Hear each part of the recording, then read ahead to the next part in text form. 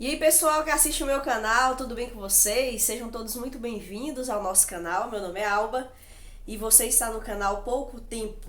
E estamos nessa caminhada de 1189 semanas, chegando ao capítulo 1 do Evangelho de Lucas.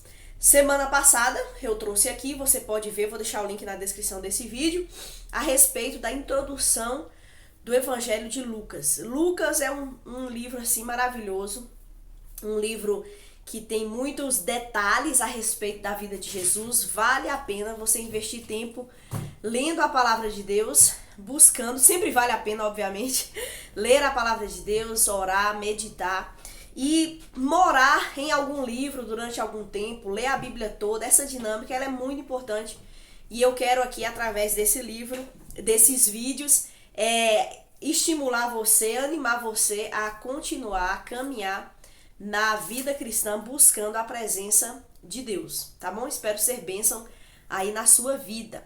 E antes de começar, necessariamente, queria pedir a você que, por favor, se inscreva nesse canal, tá bom? Deixa o like, compartilha, isso fortalece o canal e ajuda a que esse vídeo seja distribuído aí para mais pessoas. E o Evangelho de Lucas, ele é cheio de detalhes. E Lucas, ele busca isso. No início, ele fala que ele está escrevendo a Teófilo, uma carta dirigida a Teófilo, bem como o livro de Atos também. E ele relata que Teófilo é um catecúmeno, ou seja, um iniciante na sua vida cristã. E Teófilo está curioso, Teófilo está desejoso de conhecer mais a Deus, de conhecer Jesus, quem era Jesus, o que ele fez, como foi sua vida. Então, todos esses detalhes, Teófilo estava sedento. E eu espero que eu e você sejamos pessoas sedentas por conhecer a Deus. E aí o que Lucas faz? Como um servo do Senhor, como um amante também de Cristo Jesus e de sua obra, o que ele faz? Lucas viaja, vai até a Palestina, Nazaré, Belém. Ele viaja ali pela região específica onde Jesus viveu, nasceu, cresceu. E ali ele ouve pessoas falarem a respeito de Jesus. E ele escreve aquilo que elas falaram. E aqui a gente já traz um ensinamento muito interessante. A fé cristã não é um conjunto de fábulas inventadas pelos homens, mas fatos testemunhados pelos servos da palavra. São fatos. Fatos que aconteceram, verdades que estavam ali. E a prova disso que nós vemos é Lucas, como ele vai até essa região e procura ouvir de pessoas que viram Jesus crescendo, que viram como aconteceram os fatos. E aí Lucas vai até essas pessoas e pergunta para elas. E o Espírito Santo direciona todas as coisas e nós temos essa preciosidade em nossas mãos. O primeiro capítulo ele é constituído de 80 versículos. É extenso, mas é belíssimo. Nele nós temos 2 cânticos. O primeiro é o Magnificat, que é o cântico de louvor de Maria. E o segundo é o Benedictus, que é a profecia desculpa, de Zacarias. 2 cânticos maravilhosos. E aí nós vemos que começa a narrativa falando sobre a história de Isabel e Zacarias, um casal da cidade que era um pouco distante ali de Nazaré, mas eles serviam no templo. Então era Jerusalém, né? Porque o templo era em Jerusalém. Eles serviam no templo. E aí o versículo 6 fala assim: Zacarias e Isabel eram justos aos olhos de Deus e obedeciam cuidadosamente a todos os mandamentos e estatutos do Senhor. Eu li o versículo 6. Que preciosidade! Esse casal era um casal piedoso que buscava a presença de Deus. E Zacarias via como um privilégio o fato de servir ao Senhor. Ele era sacerdote. A sua esposa, Isabel, também era da linhagem dos sacerdotes. Então era uma família que vivia em função do serviço do Senhor. E nessa época a religião judaica já tinha tomado contornos muito ruins. Havia muita hipocrisia, havia os fariseus que se tornaram doutores da lei, mas que através do seu conhecimento eles pisavam nas pessoas, eles aproveitavam das pessoas. Então assim, a religião estava bem destruída, mas mesmo assim existiam pessoas piedosas. Nós vamos ver aqui o exemplo desse casal, e para eles era um privilégio e servir ao Senhor. Como existiam muitos sacerdotes, era feita uma escala onde o sacerdote ia poucas vezes por ano. Na realidade, Zacarias ia 2 vezes por ano servir na presença do Senhor dentro do templo. Então, para ele era um privilégio, um dia assim muito especial que ele estava ali dentro. E quando ele está ali, é interessante o versículo notar que o versículo 10 fala assim: enquanto o incenso era queimado, uma grande multidão orava do lado de fora. Então o anjo do Senhor lhe apareceu à direita do altar de incenso. Então, o livro também de Lucas, nós já reparamos na introdução, que é um livro cheio de visão a respeito da oração. E aqui já começa, o povo orava do lado de fora do templo. O povo buscava a Deus, essa importância que é necessária para nós buscarmos ao Senhor. E no tempo certo o anjo apareceu a Zacarias e depois ele apareceu a Maria. O anjo parece chegar atrasado num caso e adiantado no outro. Porque Zacarias já era idoso, a sua esposa era idosa, e adiantado em outro porque Maria ainda nem era casada. Na perspectiva humana, Gabriel chegou atrasado à vida de Zacarias e sua mulher, pois eles já eram avançados em idade, e Isabel ainda era estéril. De igual modo, parece que o anjo chegou adiantado à vida de Maria, pois ela era uma jovem virgem e noiva de um carpinteiro. Na perspectiva divina, entretanto, o anjo chegou na plenitude dos tempos, quando todo o cenário estava pronto e quando todas as profecias estavam cumpridas. Isso me faz lembrar a segunda vinda de Cristo. Ele vai vir, nós aguardamos. Mas muita gente fala que nada, isso aí é dito desde não sei quando. Na perspectiva humana, Jesus está atrasado. Só que aqui nós percebemos que Jesus ele cumpre a sua promessa na plenitude dos tempos. Para Isabel e Zacarias, Jesus não estava atrasado. Para Maria, que ainda nem era casada, estava noiva, Jesus não estava adiantado. Ele veio no tempo certo trazer aquela profecia maravilhosa de salvação para as nossas vidas. E aí ele fala com Zacarias. Zacarias, ele se fica incrédulo a mensagem, diferente de Maria. Maria, ela escuta a mensagem do anjo e ela crê, mas ela tem dúvidas a respeito do mecanismo, de como isso vai acontecer. E o anjo então esclarece para Maria. Mas Zacarias, ele fica incrédulo porque ele já era idoso. Havia um silêncio de 400 anos que Deus não tinha aparecido a ninguém, que nenhum anjo tinha aparecido. Então havia ali uma certa incredulidade. E a obra de Deus não foi freada por causa da incredulidade de Zacarias. Isabel realmente ficou grávida, mas Zacarias sofreu uma disciplina. Ele, por conta dessa incredulidade, ele ficou sem falar.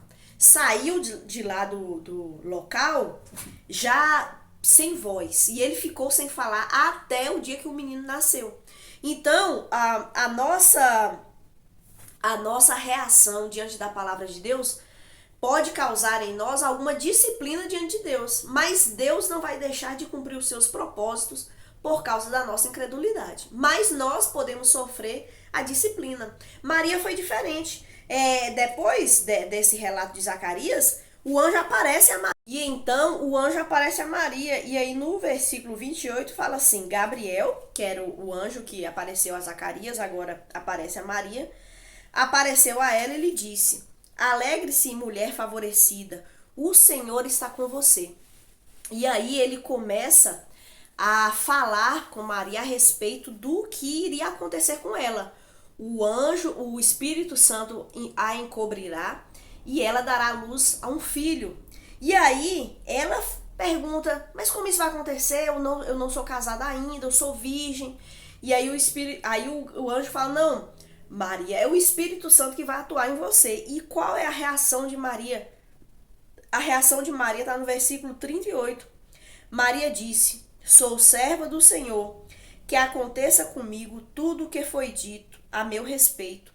E o anjo a deixou. Maria, ela demonstra uma submissão imediata. Maria não discute com o anjo, nem duvida da mensagem. Coloca-se completa e imediatamente à disposição de Deus, como serva, para fazer tudo quanto a palavra de Deus havia determinado. Essa é a postura de Maria, que nos abençoa e que nós precisamos tomar para a nossa vida essa atitude de Maria, de obediência, de entrega, de confiança ao Senhor e dizer, sou serva do Senhor, que aconteça comigo tudo o que foi dito a meu respeito. E aí, ela louva ao Senhor. Antes desse louvor, que é Magnificat, ela vai visitar Isabel. E Isabel está grávida, que foi obra de Deus através dessa cura da sua esterilidade. Ela fica grávida de João Batista.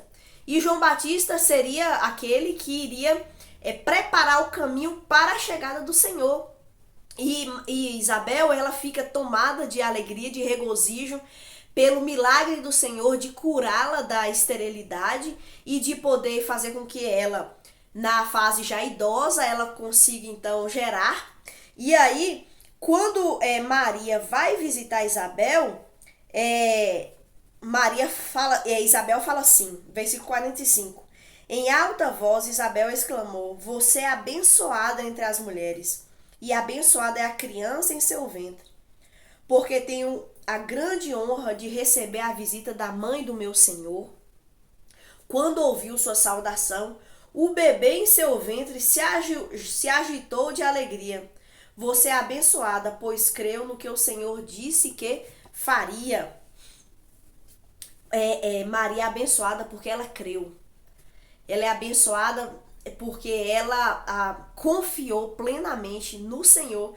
E o bebê, João Batista, que estava no ventre de Isabel, ele então remexe ali de alegria, tomado pela presença maravilhosa do Espírito Santo de Deus. E aí Maria responde. E Maria responde com um louvor, com um hino de gratidão. Ela diz assim, minha alma exalta ao Senhor, como meu espírito se alegra em Deus, meu Salvador, pois ele observou sua humilde serva. E de agora em diante todas as gerações me chamarão abençoada, pois o poderoso é santo e fez grandes coisas por mim. Demonstra misericórdia a todos que o temem. Geração após geração, faz seu braço poderoso, fez coisas tremendas, dispersou os orgulhosos e os arrogantes, derrubou os príncipes dos seus tronos e exaltou os humildes, encheu de coisas boas os famintos e despediu de mãos vazias os ricos. Ajudou seu servo Israel e lembrou-se de ser misericordioso, pois assim prometeu a nossos antepassados, e a Abraão e a seus descendentes para sempre. Maria, ela tem claro em sua mente a obra de Cristo desde Abraão, a promessa de que através da família de Abraão todas as famílias da terra seriam abençoadas.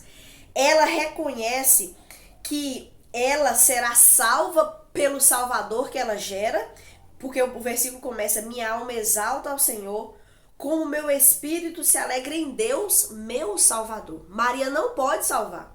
Maria também é pecadora, mas ela reconhece que a promessa de Deus está se cumprindo, promessa essa prometida há muito tempo e agora estava cumprindo. E ela é abençoada porque Deus olhou para uma pessoa insignificante, humilde, de uma cidade pequena, pobre, insignificante no Império Romano, uma mulher também insignificante na sociedade.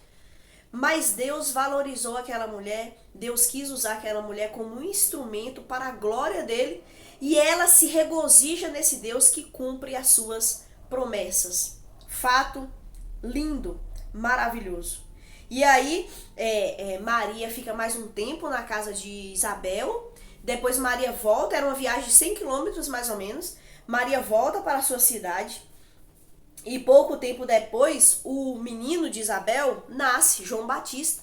E Zacarias ainda estava mudo, disciplina, porque não creu, duvidou. E aí a criança nasce, Isabel fala que o nome dele vai ser João.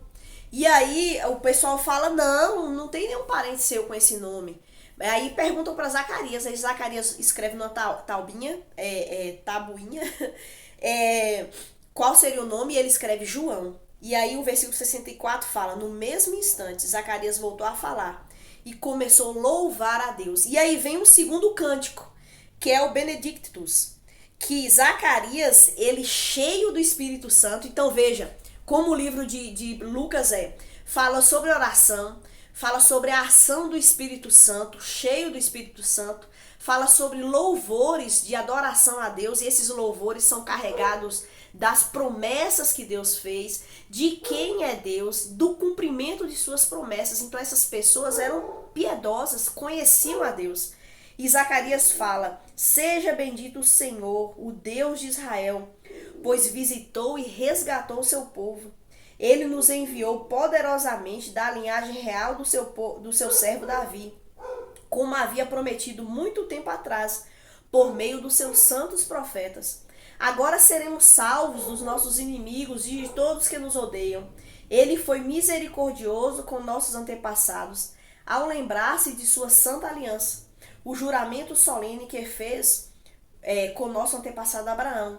Prometeu livrar-nos de nossos inimigos para o servirmos sem medo, em santidade e justiça enquanto vivemos. E aí eu quero destacar o versículo 76 e o 77 para a gente encerrar aqui o vídeo. Diz assim, no cântico dele, e você, meu filhinho, João Batista, né? Será chamado profeta do Altíssimo, pois preparará o caminho para o Senhor.